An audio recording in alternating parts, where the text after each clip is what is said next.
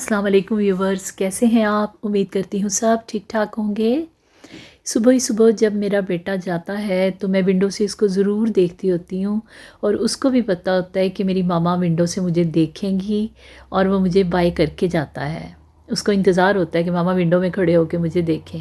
और बस फिर जब बच्चे जाते हैं तो उनको अल्लाह की सुपुर्द ही किया जाता है और खैरियत से जाएँ और खैरियत से वापस आएँ।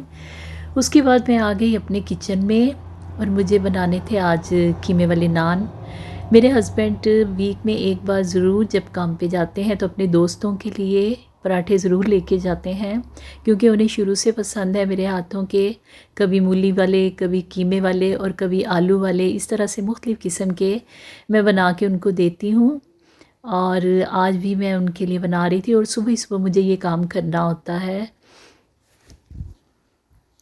जैसे ही अक्टूबर शुरू हुआ है और सर्दी ने एकदम ज़ोर पकड़ लिया है, क्योंकि अक्टूबर में हमारे हवाएं भी बहुत तेज़ और ठंडी चलती हैं और बहुत ज़्यादा सर्दी है। आप समझ लें कि आज भी सुबह के टाइम तकरीबन 5 या 7 टेम्परेचर था और उसके बाद अगर धूप निकल आए तो फिर 10, 12 या फिर 13 तक जा रहा है, इससे ज़्यादा नहीं। काफ़ी सर्दी एकदम से शुरू हो गई 1 अक्टूबर से ही।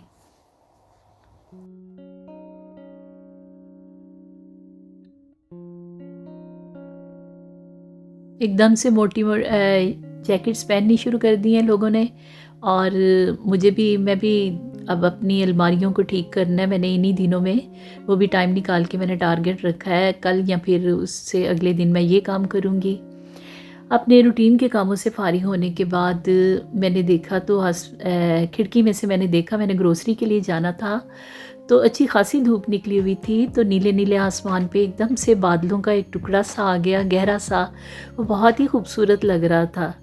मैंने अपनी विंडो में से देखा, इनका अल्लाह की शान है कि एकदम से धूप निकल आती है, एकदम से बादल आ जाते हैं। बस ये अल्लाह की कुदरत है जो मौसम बदलते रहते हैं। एनीवे मैं ग्रोसरी करके आती हूँ तो मेरे हस्बैंड या मेरा बेटा घर होता है तो उठा के फिर वो ले जाते हैं। स्टोर मेरे घर के बिल्कुल नज़दीक ही है, इसलिए मुझे मुश्किल नहीं होती। मैं अपनी मर्ज़ी से सारी ग्रोसरी करके ले आती हूँ। मेरे हस्बैंड वगैरह ऊपर ले जाते हैं और उसके बाद फिर मैं उन्हें समेट देती हूँ। आज मुझे टर्की शॉप से बड़ी ही अच्छी ये ग्रीन चिली नज़र आई, क्योंकि मैं अक्सर ये ग्रीन चिली बना के रखती हूँ।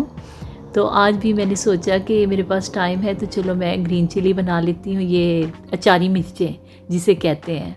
मैंने पहले भी इसकी रेसिपी आप लोगों को बताई थी, तो आज फिर बता देती हूँ जल्दी से। इनको काट के धो के, ये ज़्यादा तीखी नहीं होती, हल्की सी तीखी होती हैं, लेकिन ज़्यादा नहीं कि आपकी ज़बान ही जल जाए, लेकिन बहुत मज़े की ये बनती है। इनको वॉश करके काट के फिर इसके अंदर मसाला डालती हूँ। इसको ऑयल में, आप चाहे तो सरसों के तेल में इसको बना लें और चाहे तो रिफ़ाइंड ऑयल जो भी आपके पास है। मेरे पास वेजिटेबल रिफ़ाइंड ऑयल होता है तो उसमें मैं बनाती हूँ। थोड़ा सा ऑयल डालें, उसके बाद साल्ट है, चिली पाउडर है, रेड चिली पाउडर और मेथी दाना, कलौंजी और अजवाइन और हल्दी। बस ये मसाले डाल के, ये चारी मसाले मैंने ला के रखे हुए हैं अपने घर में, तो ये मैं डाल के तो ये मिर्चें बना के रख लेती हूँ। तो शुरू में मैंने पाकिस्तानी या इंडियन शॉप से मैं हमेशा अचार मंगवा के रखा करती थी, बहुत मज़े का लगता था, नेशनल का या फिर दूसरा क्या कहते हैं, शान का। लेकिन एक बार मैंने एक डॉक्यूमेंट्री देखी फ़िल्म, उसमें मुझे अच्छा नहीं लगा ना किस तरीके से अचार बनाते हैं, कैसे उसे गोदामों में रखा जाता है और फिर बड़े बड़े कंपनी के लेबल्स लगा के उसको पैक करके सेल किया जाता है। तब से मैंने तौबा कर ली कि अब मैंने बाज़ार का अचार नहीं खाना, और उससे खांसी भी शुरू हो जाती थी।